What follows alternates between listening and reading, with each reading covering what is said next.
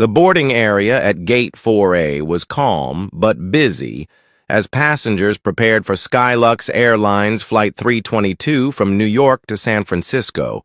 Ava Johnson approached the gate confidently.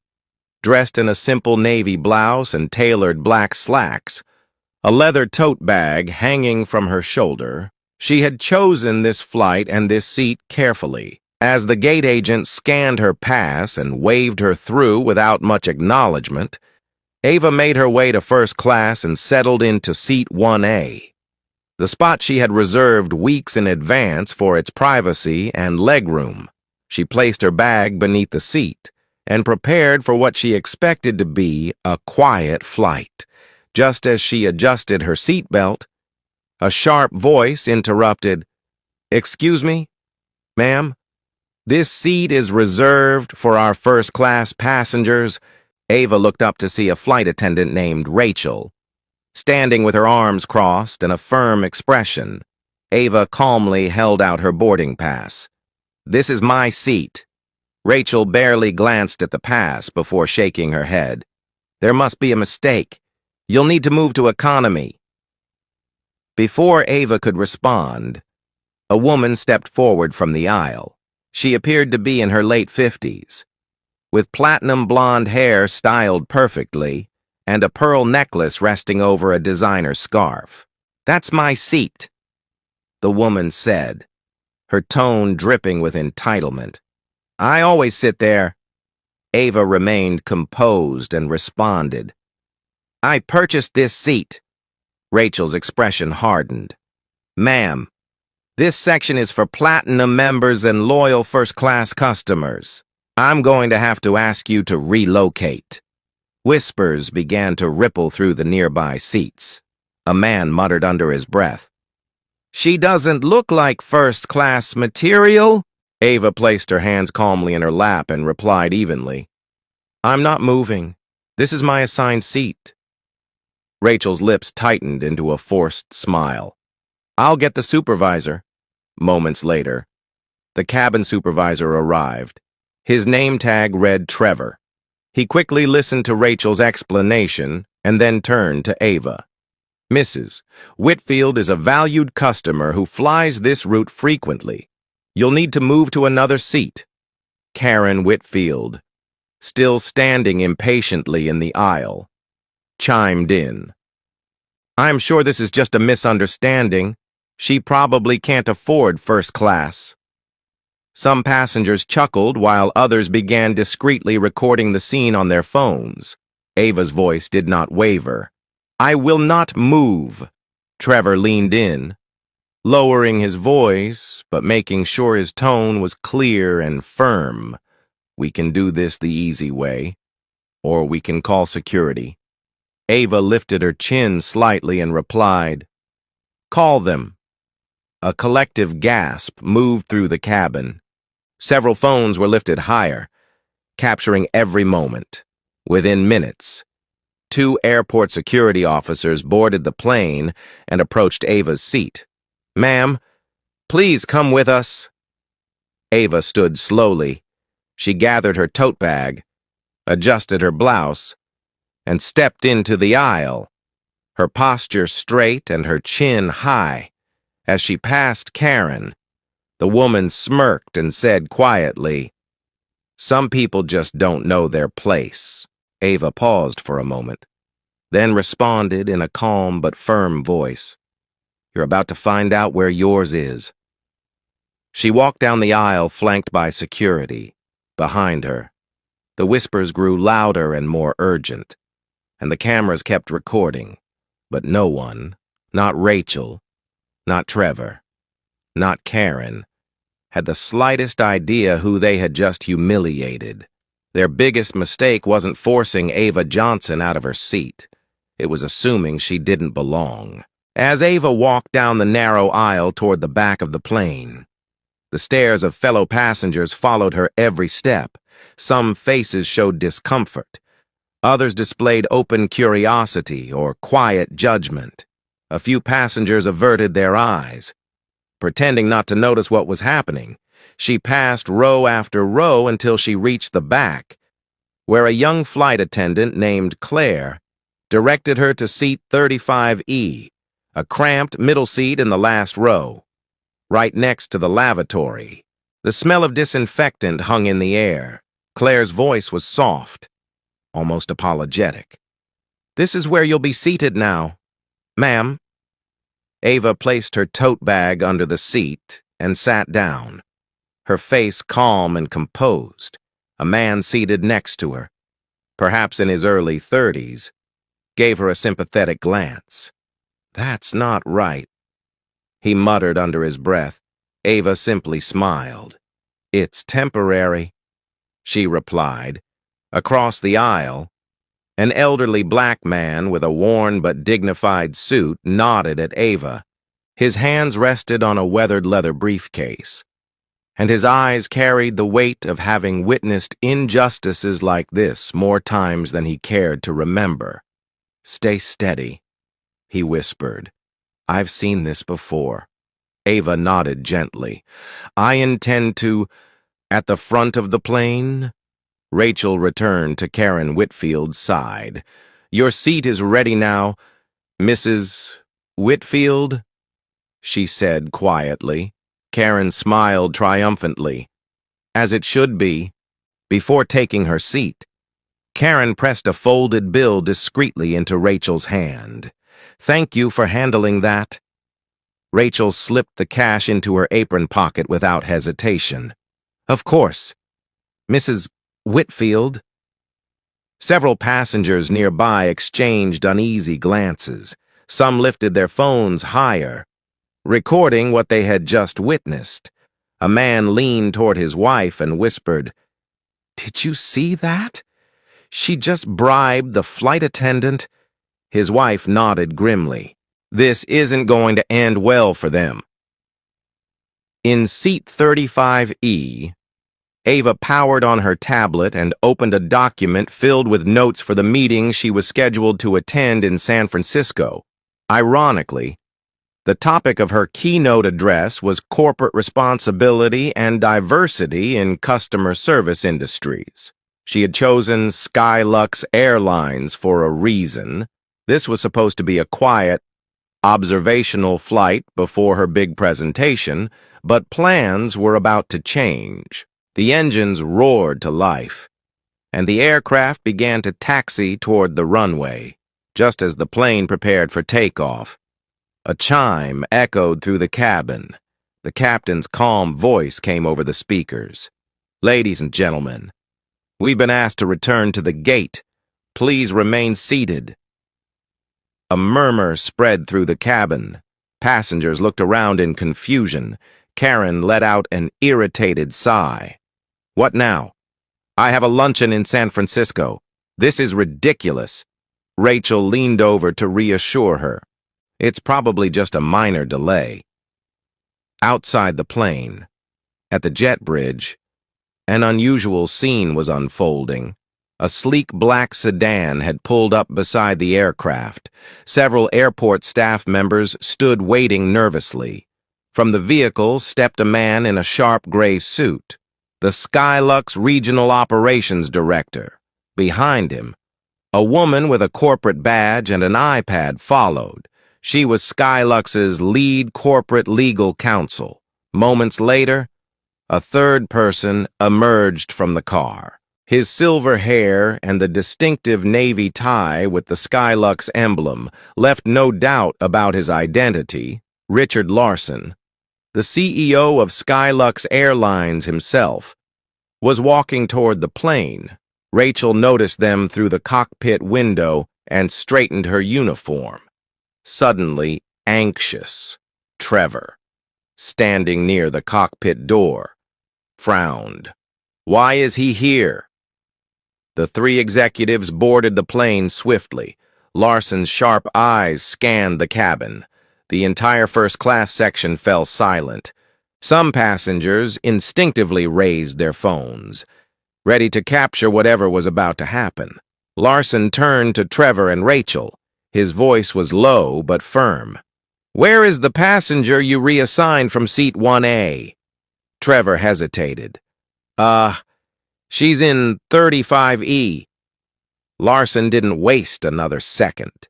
He walked the length of the plane, the legal counsel and operations director close behind. As they moved past the rows of seats, the cabin grew increasingly silent. Every passenger seemed to sense the gravity of the moment. Reaching row 35, Larson stopped. "Miss Ava Johnson?" he asked. His tone professional but respectful. Ava looked up calmly. "Yes," Larson nodded. "Please gather your belongings and come with us." Claire, the young flight attendant, instinctively stepped aside. Her eyes widened as the CEO himself addressed the passenger she had just seated at the back of the plane. Ava stood, retrieved her bag, and followed Larson and his team back toward the front. The walk back up the aisle felt very different now. Passengers leaned aside to make room. Some whispered. Others recorded. Karen's smirk faded as Ava approached. Rachel's face lost all color. Trevor gripped the back of a seat to steady himself. When they reached seat 1A, Larson gestured toward it. "Please take your seat, Miss Johnson." Ava paused. "Are the crew prepared to accept my presence this time?" Larson nodded solemnly. "They are, and they won't be here much longer." Ava sat, maintaining her composure. Larson turned to the cabin, his voice projected with authority. "Ladies and gentlemen, I regret the disruption. The passenger wrongly removed from this seat is Ms. Ava Johnson." He paused, letting the weight of his words settle. "Ms. Johnson is not just a first-class passenger." Rachel and Trevor stiffened. Karen froze, her mouth slightly open. Phones continued to record. "She is the majority shareholder of Skylux Airlines." A collective gasp moved through the cabin. Trevor's grip tightened. Rachel's knees weakened. Karen's face turned pale. Larson continued. "Effective immediately. The staff responsible for this situation have been relieved of duty." Two uniformed airline security staff approached Rachel and Trevor. "You will deplane now. Your employment is terminated." Rachel opened her mouth to protest, but Larson raised a hand. "Enough!" Trevor hung his head in defeat. Karen began to stand, her voice high and indignant. "This is outrageous. I'm an elite customer." Larson cut her off. "You may file a complaint through appropriate channels." Karen slowly sank back into her seat, her face burning with shame. The cabin remained silent as the doors closed behind the dismissed employees. Larson turned to Ava. "Ms. Johnson, again, I apologize. This will not happen again." Ava gave a slight nod. "No, Mr. Larson, it won't." She reopened her tablet and returned to her notes. The engines roared once more. The plane began taxiing toward the runway, but this flight and this airline would never be the same again. The flight landed in San Francisco without further incident, but the quiet in the first-class cabin was heavy with unspoken tension. Ava gathered her things calmly and exited the plane before most passengers had unbuckled their seatbelts. As she stepped into the terminal, a member of Skylux Airlines' executive team was already waiting. "Miss Johnson, Mr. Larson has requested a private meeting at your earliest convenience," the assistant said respectfully. Ava gave a small nod. "Tell him to gather his board. We'll meet in 2 hours." While other passengers collected their bags and left, Ava was escorted to a private conference room in the Skylux executive terminal. Her attorney and her chief operations officer, both of whom had flown out earlier in preparation for her keynote address, were already there. "We've seen the videos," her COO, Danielle, said as she handed Ava a tablet. They're everywhere. Over 2 million views and counting. The headlines are brutal. Ava scrolled through the news reports. Racial bias at Skylux Airlines. Black woman humiliated despite valid ticket. Staff accepts bribe. Danielle continued. Public sentiment is already turning. If we act now, we control the narrative. If not, it controls us. Ava took a deep breath. Schedule the meeting. Full board. Legal counsel. PR director. And I want their union representative present too. By the time Ava arrived at Skylux headquarters, the boardroom was filled. Richard Larson stood at the head of the table, looking weary but determined. Around him sat the board members, their faces tense. The PR director had papers scattered before her, and her phone kept buzzing with alerts. Ms. Johnson, Larson began. On behalf of Skylux Airlines and everyone seated at this table, I want to express our deepest regret for the incident this morning. What happened to you was inexcusable. Ava didn't respond right away. Instead, she placed her tablet on the table and tapped the screen. The main monitor at the front of the room lit up. Video clips played one after another. The confrontation, the bribery, the removal, and finally, the stunned faces when Larson revealed Ava's identity. The room remained silent except for the sound of the footage. When it ended, Ava looked around the table. You've built an airline that markets itself as a luxury experience, she began. A company that promises equality, excellence, and respect. But that promise is empty if this behavior can happen to me, or to any passenger. A board member cleared his throat. The employees involved have been terminated. Miss Johnson, we took swift action. Ava nodded slightly. Termination is a start, but it's not enough. She leaned forward. I am not looking for an apology. I am looking for change, Larson asked cautiously. What are you proposing? Ava's attorney slid a document across the table.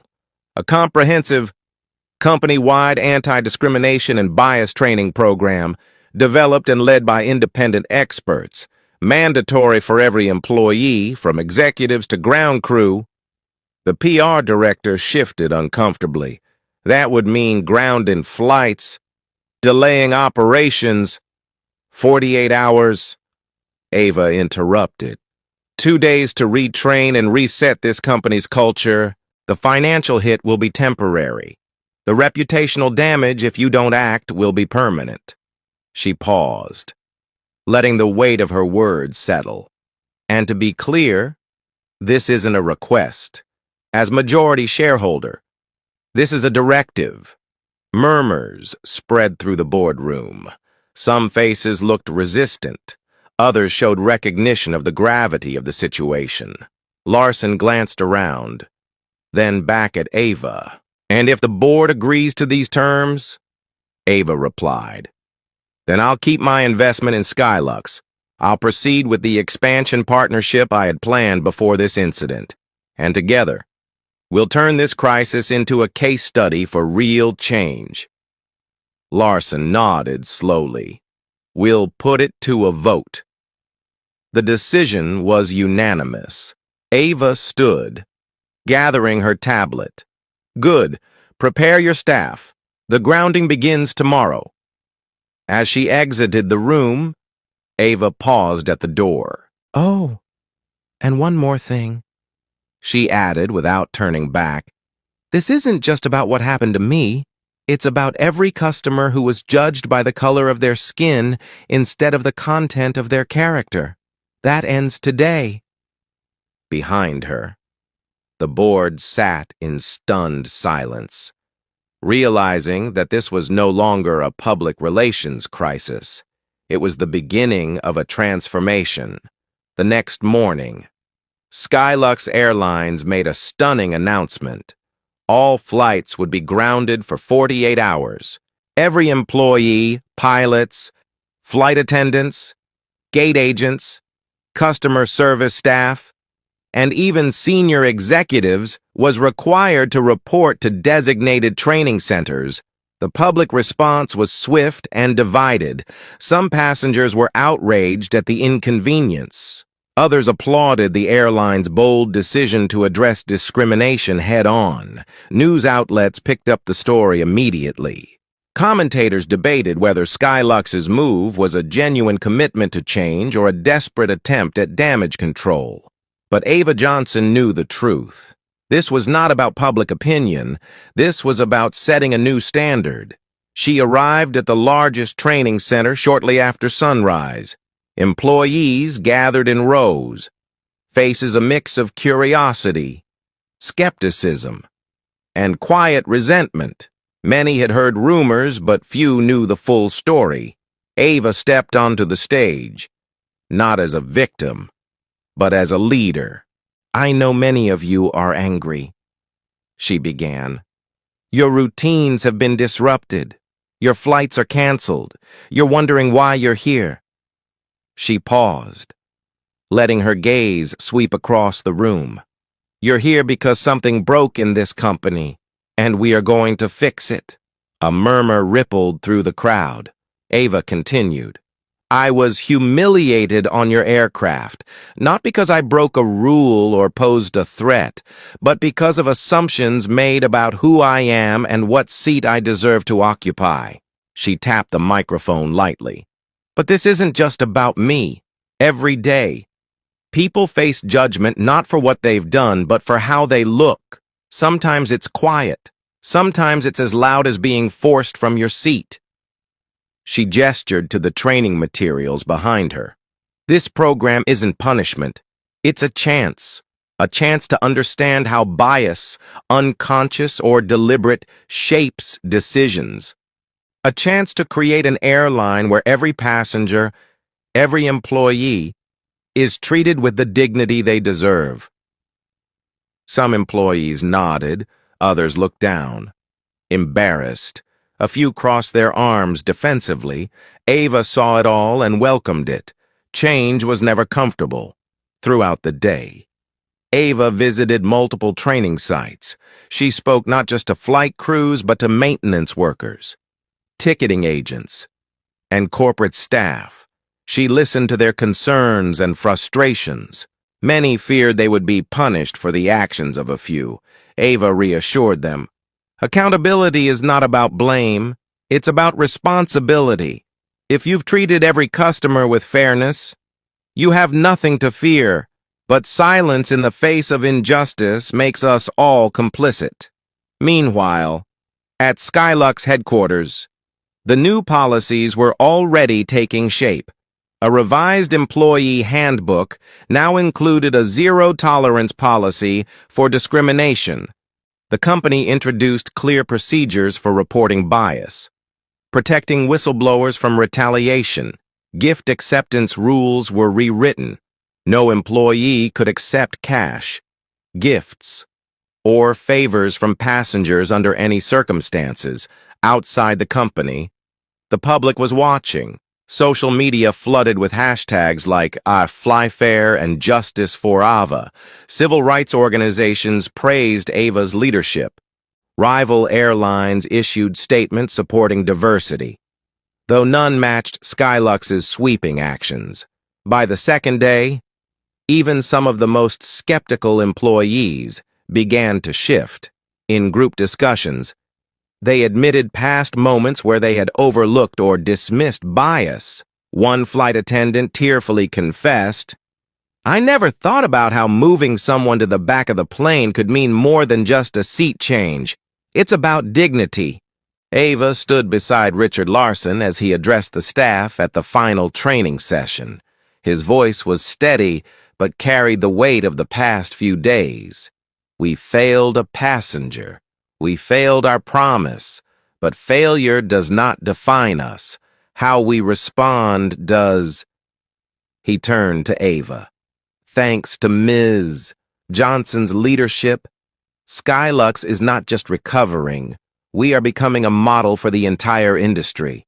Ava stepped forward one last time. Today marks not an end, but a beginning. We will be judged by the standards we set and the actions we take moving forward. Discrimination ends not with policy, but with people willing to uphold what is right. The room erupted in applause. Not everyone was clapping. Some were still grappling with uncomfortable truths, but for the first time, Ava felt a shift, a real one. The culture of Skylux Airlines was changing, not because they had to, because they chose to. In the days following the training, the consequences of that morning's events rippled far beyond the walls of Skylux Airlines. News outlets continued covering the story. But now the narrative had shifted.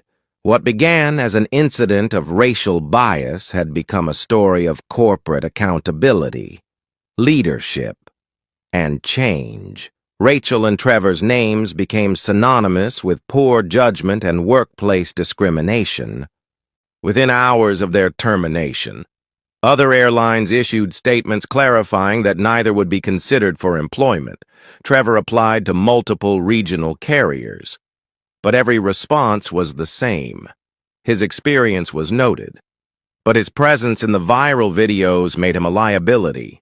Rachel faced similar rejections. Some companies wouldn't even return her calls. Captain Reynolds, though not directly involved in Ava's removal, had been present and had failed to intervene.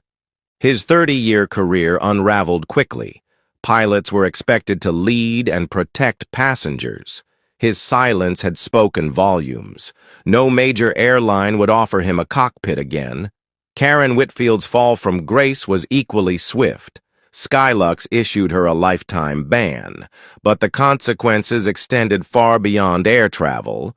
Her employer, a prestigious consulting firm, placed her on administrative leave pending an internal ethics investigation.